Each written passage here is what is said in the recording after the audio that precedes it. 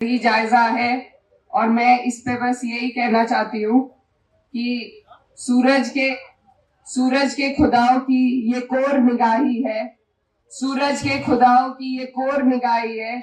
महलों में उजाला है, कुटियों में सिहाई है, महसूस ये होता है ये दौरे तबाही है, शीशे की अदालत है और पत्थर की गवाही है।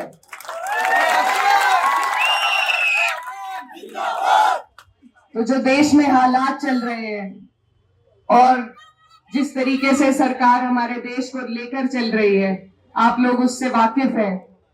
और आज जो हम यहाँ इकट्ठा हुए हैं, तो लोकसभा का चुनाव है, मकसद आपके सामने है कि हमें ये तानाशाहों की सरकार को बदलना है। ये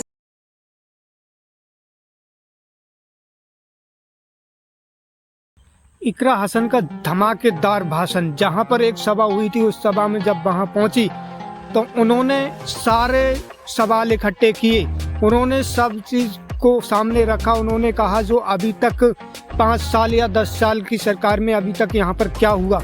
उन्होंने कहा ना तो हमारे गन्ने का और ना हमारे पीडीए का, ना और भी कुछ यहाँ पर विकास के नाम पर कुछ नहीं हुआ। यानी कि उन्होंने बोला कि अपने यहीं का प्रतिनिधि चुनिए जिससे आप अपना काम करवा सकें, या डबल इंजन की सरकार हो या और भी किसी की, लेकिन जब उनकी इच्छा होगी तब वो काम करेंगे। लेकिन जब तुम्हारा प्रतिनिधि चुना हुआ होगा तो आप उससे का काम करवा सकते हैं और किसी भी वक्त उसके पास जा सकते हैं। इकरा हसन ने वहाँ का हवाला भी दिया कि ऐसा कोई भी काम न किसानों के लिए हुआ, न किसी मजदूर के लिए हुआ, न किसी भी उसमें हुआ।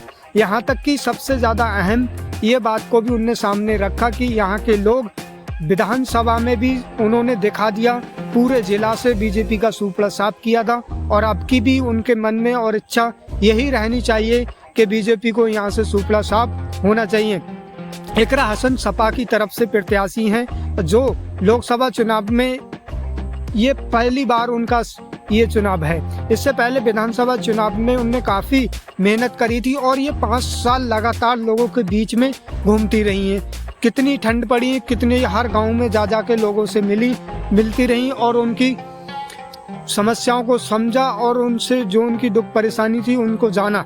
यहाँ तक कि सबके दिल में बीच जगह बनाने के बाद में इकरा हसन पिछले भाषण में भावुक भी हो उठी थी अपने पिता के नाम को लेकर, और अभी भी उन्होंने जो बयान दिया उसमें भी अपने पिता को जहांबाज बनाने की लोगों से उन्होंने जो अपील की थी उसको लेकर, जो उन्होंने बोला कि तुमने जो हमारे पिता को जहांबाज बनाया था वो आज उसी मंच पे मैं हूँ, एक बार फिर से साथ दीजिए और अपने प्रतिनिधि को चुनिए जो आपका दिल की सुनता हो, आपकी सुनता हो और आपके काम के लिए सुनता हो। यहाँ तक कि सहारनपुर, कैराना, मेरठ में एक सनसनी मचा के रख दी है इकरा हसन ने। वहाँ के लोगों का कहना है कि सुबह का नाश्ता जब होगा जब इकरा हसन यहाँ से जीत जाएगी, ऑलंस हो जाएगा।